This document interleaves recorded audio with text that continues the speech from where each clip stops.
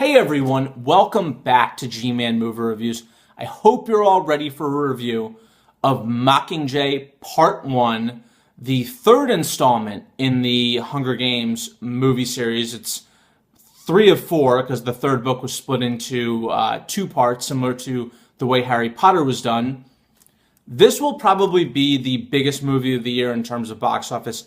The second one, Catching Fire, did amazing at the box office and got a lot of praise, so I'm sure coming off of that, this will do very well, and there's a lot of very loyal fans who are hopefully checking out my video right now that will definitely go see this opening weekend across the globe. So for a little bit of background on myself, I've read all 3 books. I saw the first 2 Hunger Games movies, and I did enjoy both of them. I actually liked Catching Fire a little bit more than the first Hunger Games. I thought some of the sequences were played out pretty well. And once again, this book basically takes place right after Catching Fire ends. And I'm not going to get into a lot of the story in case you haven't read it, but it kind of follows Katniss around, and it covers her as she starts her journey to rebel against the Capitol. Once again, as always with my reviews, I'm not going to get into a lot of plot details in case you haven't read the books, but I'm guessing most of you have read the books. The movie was directed by Francis Lawrence, the same person who did Catching Fire. It stars Jennifer Lawrence. It stars Philip Seymour Hoffman. It was great to see him back on screen again, if not a little bit sad, but it got more normal as time went on. Julianne Moore is in it, of course. Liam Hemsworth. Who else? I don't know, Stanley Tucci, Woody Harrelson, Donald Sutherland. The same cast of characters that you've seen in the past. And while I understand the want to split this movie into 2 parts, 1, it makes more money, obviously, for the studio. 2, it might allow them to insert in certain scenes that would have been cut out originally. So while I appreciate and understand the reason for that, I unfortunately think, at least at the start of this movie, it wasn't for the best overall movie here. The reason being, I think some of the sequences, they're not pointless, but they just don't really add that much to the movie. I didn't find them super engaging. I thought sometimes they dragged out a little bit.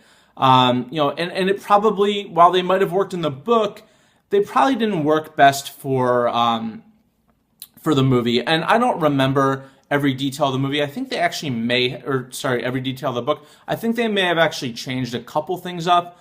But, just sort of as an overall movie, I think, especially at the beginning, some of the scenes weren't really all that engaging. But I'll caveat that by saying, as the movie went on, especially in the third act, this movie really picked up, and there's 2 really suspenseful sequences that I'm glad they included. I'm not going to say where they cut the movie off, but the place where they cut the movie off I thought was really great. You have one scene that's extremely suspenseful and didn't play out that suspenseful in the book, but the direction and the sound really added to the suspense. And then there's a twist that happens, which, if you've read the book, you're familiar with. I won't spoil. And that twist is executed very, very well.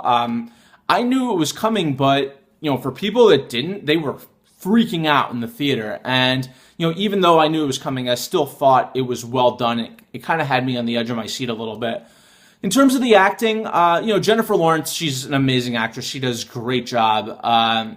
Philip Seymour Hoffman, once again, another awesome actor. The star of this movie for me is Woody Harrelson, though, as Haymitch. This guy just steals the screen every time he's on there. He delivers his lines perfectly, and I just love the job he does. Donald Sutherland plays President Snow, is very evil and very menacing. I think he does an amazing job as well. And Julianne Moore plays President Coin.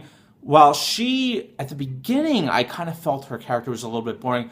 She, along with her character, I think her acting and, overall portrayal of President Coin gets better as the movie goes on. Another sort of negative, if you will, is this movie relies very heavily on the relationship between Katniss and Peeta and how strongly, she is supposed to feel for him. But unfortunately, while there are scenes that I think do this well. There's some scenes where I just didn't totally buy it. And I don't know how much of it's the actor's fault, how much of it's the directing or script's fault, but there were certain times that I was like, all right, like, I'm not totally feeling this right now. I don't really relate. But then, you know, at the same time, like I said, I guess more as the movie went on, I did get a little bit more invested and into their relationship. So overall, The Hunger Games Mockingjay Part 1 is not a bad time. I thought it's a decent movie. It's not that great. I think with a little bit more editing, it could have been upped a little bit. But still, I think it's worthy of a watch if you just kind of want to go to the movies this weekend. If you're a fan of Hunger Games, I mean, definitely go watch it. I'm sure you're going to enjoy it, especially if you're, you know, a huge fan person. I think you'll probably love it. Overall, for me, though, I'm going to give the movie a 6.5 out of 10. You know, mild recommend here. Sorry, I can't speak right now. Mild recommend here. Yeah, let me know what you thought of Mockingjay below. Are you looking forward to watching it? Are you looking forward to part 2 after you saw part 1? Thanks again for checking out G-Man Movie Reviews. As always, please subscribe to my channel. Hit that like button below. Give me a thumbs up. It helps the popularity of the channel. And yeah, once again, comment below. Let me know what you thought. Thanks again, and take care.